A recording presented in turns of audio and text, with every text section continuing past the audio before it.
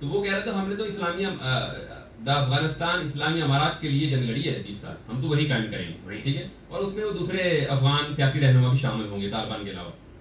تو اس کی فارمیشن کیا ہوگی، عبدالغنی برادر کا کیا رول ہوگا، کیا وہ یہ عبدالغنی برادر اور ملا ہیبت اللہ اور ملا حکیم اللہ جو ان کے چیف جسٹس ہیں، یہ سارے لوگ شفٹ ہوں گے کابل میں، فارمیشن کیا ہوگی یہ ذرا بتائیں.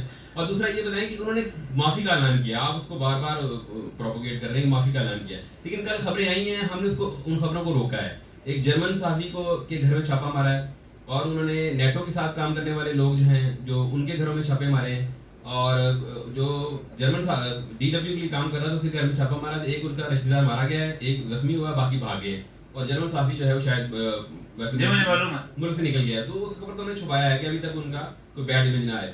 یہ بتائیں کہ اگر معافی کا اعلان کر چکے ہیں تو وہ دل سے ایسا کیوں پھر وہ اور دوسرا فارمیشن کیا ہوگی گورنمنٹ. میں عرض کرتا ہوں، پہلی بات یہ ہے کہ معافی کا اعلان کے ساتھ ایک شرط بھی ہے فار دا فیوچر کانڈکٹ.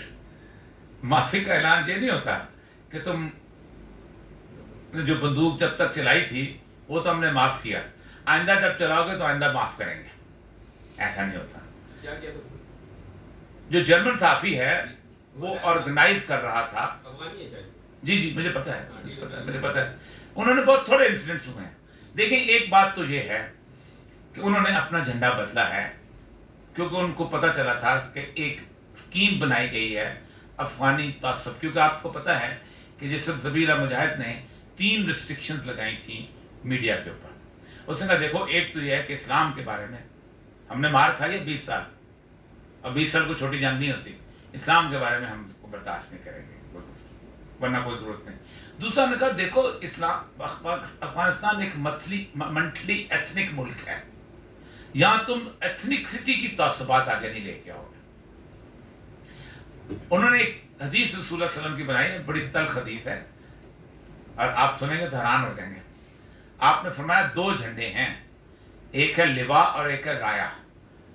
رایا کہتے ہیں جنگ کے جھنڈے کو جو کالا ہوتا تھا اور لا الہ الا اللہ محمد رسول اللہ لکھا ہوتا تھا، اور ایک ہے لوا جو کہ امن کا جھنڈا ہوتا ہے جو سفید ہوتا ہے اس پہ لا الہ الا اللہ. فرمایا یہی 2 جھنڈے ہیں، اس کے علاوہ سب جھنڈے اندھے جھنڈے ہیں کیونکہ وہ عصبیت دکھاتے ہیں، اور اندھے جھنڈے کے ساتھ لڑنے والا جہنم میں جائے گا.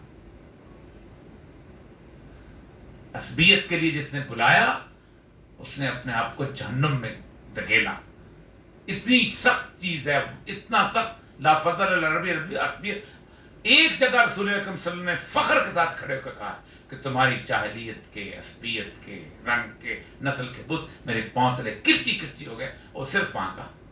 اور وہ انہوں نے ثابت کیا. دیکھیں کبھی آپ دیکھیں جس وقت وہ 1906 میں تھے ان کے ساتھ بدخشانی شیعہ بھی تھے ساتھ، ان کی کیبنٹ، ان کا جو ویلفیئر کا منسٹر، انہوں نے پکتیکا کے اندر ایک شیعہ کو گورنر لگایا تھا اس وقت، اور وہ فارسی اسپیکنگ.